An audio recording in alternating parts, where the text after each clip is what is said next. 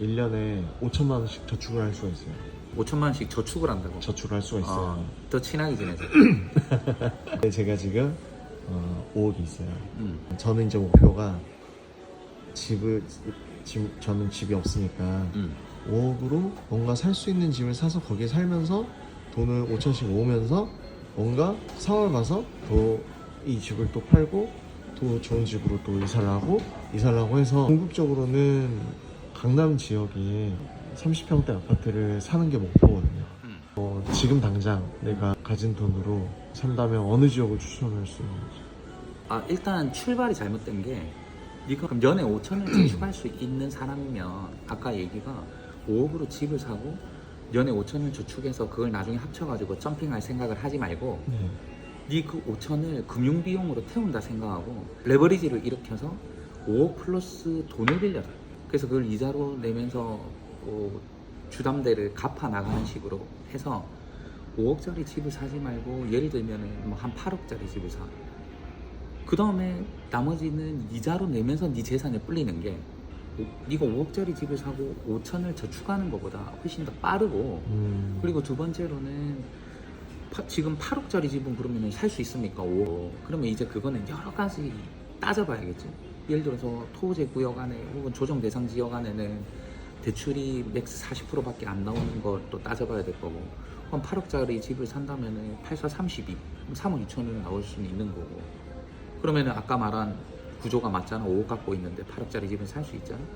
근데 또 비조정 지역으로 가면은 거기는 네가 생애 최초 이제 주택 취득이면 70%까지 대출이 나오니까 네가 소득이 받쳐주면은 소위 그거보다 훨씬 더 많은 레버리지를 일으킬 수 있겠지. 그러면 비조정 지역은 지금 어딥니까? 라고 묻는다면 그 중에 어디를 사야 되냐 묻는다면 서울 25개 자치구와 그리고 12개의 경기도권이 묶여 있다가 최근에 3개가 더 플러스 돼서 이제 15개의 경기도권이 묶였는데 묶인 데 바로 옆에 있는 제일 가까운 데를 제일 우선적으로 찾아야겠지. 대신 네가 들어가서 살아야 되니까 너의 직장과의 동선을 따져봐야겠지. GTX나 뭐 8호선 연장 라인이나 뭐 이런 지하철이나 이 GTX 그 교통망이 돼 있는 데가 좋겠네요. 좋지. 근데 좋지. 그런 데 중에 추천해 주실 곳 없어요? 글쎄 금액으로는 이제는 뭐 많이들 올라가지고 8억 돈 한다면은 병점? 최근에 이제 동탄이 토호제로 지정됐는데 그 옆에 병점이라든지 뭐 그 옆에 수원 이런 지역 그리고 오른쪽으로 온다면 물론 여기도 가격은 많이 올랐고 찾아봐야겠지만 구성남 지역 이런 쪽은 서울하고 접근성도 좋고 근데 계속 얘기하지만은 비조정 지역에 뭔가를 찾더라도 그냥 지하철이 가까운 역세권 지금 말한 교통이 좋은 데를 찾아야 되고 그 안에서 또 대단지를 찾아야 된다. 그게 궁극적으로는 황금성에 연관이 되거든. 즉 네가 팔고 싶을 때 팔고 나갈 수가 있다는 얘기고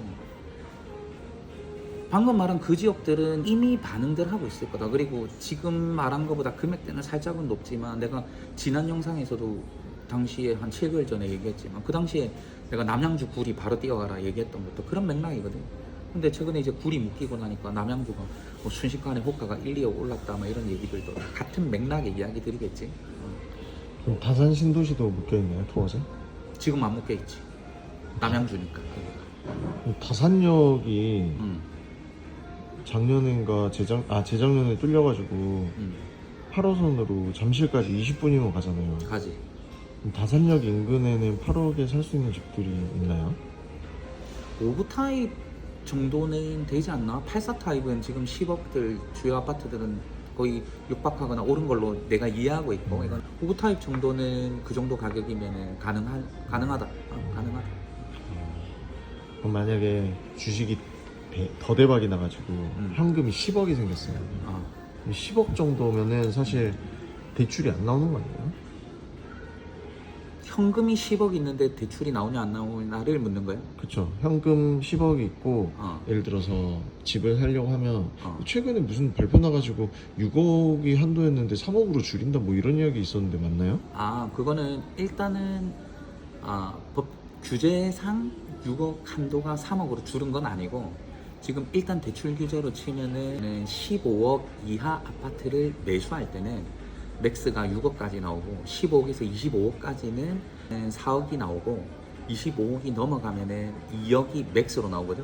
물론 이게 나오는 거는 네 소득을 감안한 그 DSR, 그걸 따질 텐데, 근데 네가 제일 앞서서 얘기한 내가 10억을 갖고 있는데 대출이 얼마가 나옵니까? 안 나오는 거 아니에요는 전혀 다른 문제예요. 네가 얼마를 갖고 있는지는 문제가 되지 않고 이 집을 사는 그 매매 가격이 결국 얼마인지에 따라서 방금 말한 그 대출 금액이 나오는 거고, 그리고 최근에 말한 6억에서 3억으로 떨어졌다던데 이거는 규제가 아니고 국민은행에서 최근에 이 6억까지 대출 못 해준다, 3억까지가 맥스다. 자체적으로. 자체적으로. 근데 이제 이거는 국민은행이면 사실 우리나라의 제일 대표 은행인데 은행 자체에서 뭐 정부 눈치도 보고 이런 부분도 있을 거고, 그리고 연말로 갈수록 은행이 좀 가지고 있는 대출 어떤 총 한도, 이것도 이제 총량을 좀 조절해야 되는 거에 대한 압박, 이런 부분도 있을 거라고 생각이 든다. 뭐 그래서 이제 정리하면 내가 10억 있는데 뭐 최근에 뭐 정부 발표가 6억에서 3억 떨어진 거 아닙니까? 이거는 짬뽕된 좀 잘못 이해하는 거고, 내가 10억을 갖고 있다, 얼마 갖고 있다 상관없고 6억에서 3억 떨어진 것도 정부의 규제는 아니다. 요렇게 정리하면 되겠다. 그 정도 10억 선에서 추천해 줄 만한 서울권의 어떤 지역이 있나요? 15억 추천 이렇게 바로만 이 순간에 얘기하는 건 좀 부담스럽고, 다만 어떤 개념으로 가야 되냐면 서울 안에 25개 자치구가 있잖아. 근데 제일 비싼 게 뭐 강남구, 서초구, 송파구, 이렇게 소위 말하는 3구에 용산구까지 하면 4개, 왼쪽에 동작구 5개, 요 위로 올라가면 성동구, 그리고 오른쪽에 뭐 강동구도 이제 제법 세고, 그리고 소위 말하는 요쪽에 뭐 마포구까지, 그러면 지금 대충 막 9개, 흔히 말하는 강남 3구의 마용성에, 그리고 강동구의 동작구, 지금 다 포함시키면 25개 자치구 중에 소위 말하는 상위 30-40%를 지금 말한 거란 말이에요. 이 집값이 좀 싼 데로 치면은 소위 노도강으로 불리는 노원구, 도봉구, 강북구 뭐 이렇게 있고, 이 금광구라 불리는 금천구, 그리고 관악구, 그리고 구로구 뭐 이렇게 있잖아. 그러면 이미 지금 이 안에 이랬지, 그러면 나머지들이 들어가겠지, 여러 가지 구들이. 그러면 이 평균 가격들이 있단 말이야. 그러면은 15억으로 네가 살 수 있느니라 물었지만, 그게 예를 들어서 20평 아파트다. 그럼 25평 아파트면은 평당 5천 잡으면은 12억 5천이겠네. 그지? 그리고 그러면은 평당 5천에 25평짜리 아파트를 만약에 간다.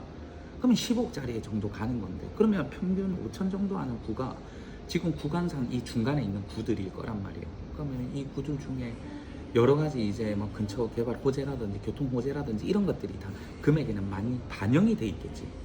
그래서 내가 계속 말하지만 금액으로 어디를 가야 돼요, 이런 얘기는 사실은 뭐 조금 뭐라 그래야 돼? 이거 뭘 하나만 들고 와갖고 이걸 어떻게 하면 돼요? 이런 느낌이라 해야 되나? 여러 가지 제반을 따져야 되는데 어떻게 예를 들어서 연애로 많이 친다면 내가 키가 180에 몸무게가 뭐 70인데 어떤 여자 사귈 수 있어요? 뭐 이런 느낌이 해야 되나?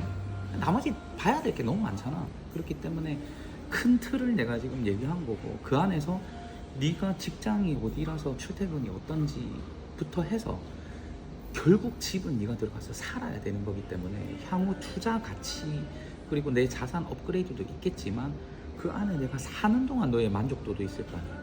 거기서 아이들도 키워야 될 거고, 그리고 뭐 문화생활도 해야 되고, 뭐 출퇴근을 매일 겪어야 되는 거고, 여가 시간에 나가서 자연도 만나야 될 거고, 뭐 여러 가지들, 그것들이 감안된 지역들은 결국 네가 뭘 추구하는지와 네 생활 반경에 있는 제일 좋은 구, 그 안에 들어있는 순위상, 거기를 네가 결국 그 안에서 여기 가깝고 대단지, 그게 근데 사실은 이미 비싸다. 그러니까 그 안에서 이제 선택을 해야 되겠지. 아니 근데 전세 월세 씨가 말랐다잖아요. 오늘 질문 많이 들고 왔네. 근데 아니 그럼 이게 공급이 없어져서 그럼 뭐 왜 이런 현상이 일어나는 거예요? 현 상황이 매매가 그리고 전세가 월세가가 동시에 오르는 트리플 상승장 이렇게 얘기를 하거든. 왜 그런 거예요? 근데 거기에는 여러 가지 이유가 있겠지만, 근데 이제 현장에서 바라보는 관점은 일단 기본적으로 서울 전 지역이 토호제에 들어가 있잖아. 토호제는 여튼간에 실거주를 베이스로 하거든. 그러니 집을 옛날처럼 전세를 낀 매물을 사서 있는 게 아니라, 한 집을 내가 매수를 한다는 거는 결국 그 집에 내가 들어가서 살아야 된단 말이야. 그러네. 그렇기 때문에 소위 말하는 임차를 하는 그런, 그러니까 시장에 임차가 되는 그런 공급 물량이 많이 부족한 거고, 그리고 다주택자들이 그걸 시장에서 어떤 관점으로 보든 간에 결국 시장에는 그런 임대 물량을 공급하는 역할을 하는 게 다주택자들인데, 다주택자들을 어쨌든 지금 뭐 적폐로 간주하고 부동산 투기꾼으로 간주하다 보니까 이 사람들, 그러다 보니까 뭐 세금도 많이 때리고 하다 보니까 집을 그냥 무작정 많이 갖고 있을 수가 없는 구조가 된 거지. 그러면 결국 매도를 한다 치죠. 그러면 매도를 하면, 그럼 시장의 물량이 풀리잖아요. 근데 그것도 결국 누군가가 들어와서 계속 실거주를 하게 되는 거지. 그러니 전월세의 절대적인 물량 자체가 계속 줄고 있는 거고. 그러면 집값이 떨어져야 되는 거 아니에요? 그런 물량들이 시중에 공급이 됐으면? 그래서 다주택자 물건들이 싹 나오던 5월 9일 직전에 집값이 많이 떨어졌었잖아. 그래서 근데 지금 박앤 세일이라고 내가 무조건 사야 된다고 방송에서 계속 얘기했는데, 근데 많이 안 떨어진 것 같아요, 체감상. 그리고 다시 올라간 것 같아요. 그 박앤 세일 끝나자마자 올라갔지. 박앤 세일이 끝났으니까. 박앤 세일은 한정 세일이고. 그러면 지금은 거의 가지고 있는 사람들이 거의 1가구 1주택자가 많을 거고, 그리고 상대적으로? 거의 다 실거주를 하게 될 거고. 그렇지. 그러면은 다 각자 자기 집에 살고 있으면 임대 매물이 없겠네요. 그 개념이라니까. 전세 월세는 사라지겠네요. 지금 이미 좀 그런 느낌이지. 그리고 정확하게 얘기하면 어쨌든 정부의 규제나 정책 자체가 씨를 말리고 있는 정책이야. 전세 자체 제도가 결국 이 집값, 우리나라 집값 상승의 뭐 어떤 주범이다. 뭐 이렇게 얘기하고 있어서 전세를 계속 좀 없애는 분위기고, 그래서 시장에 이제 고가 월세 것들이 점점 주류로 자리를 잡아가고 있는 거지. 아니 월세 300, 500, 뭐 700 이렇게 내면서 살 수 있는 사람들이 얼마나 될까요? 그거 좀 재밌는 질문인데 있잖아.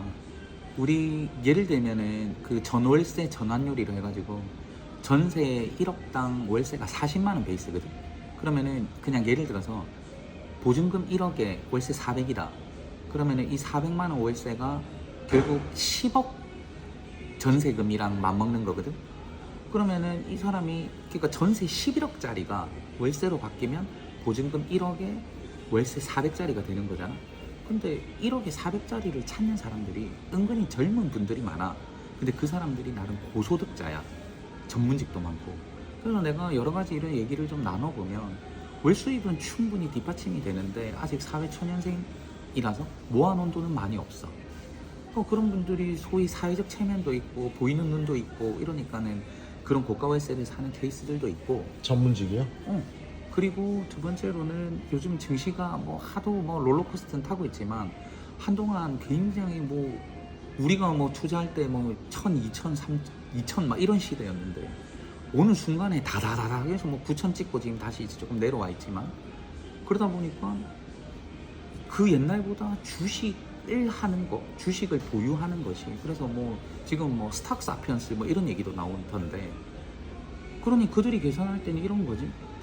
자, 아까 그 얘기로 11억 전세를 살 바에 1억 보증금 넣어놓고 10억을 내가 주식에 투자했어. 그러면 연수익으로 5%만 올린다. 그러면 세금 이런 거 집어치우고 그러면 5천만 원을 벌잖아. 그러면은 아까 말한 월세 400짜리로 12달 곱하면 4,800이잖아.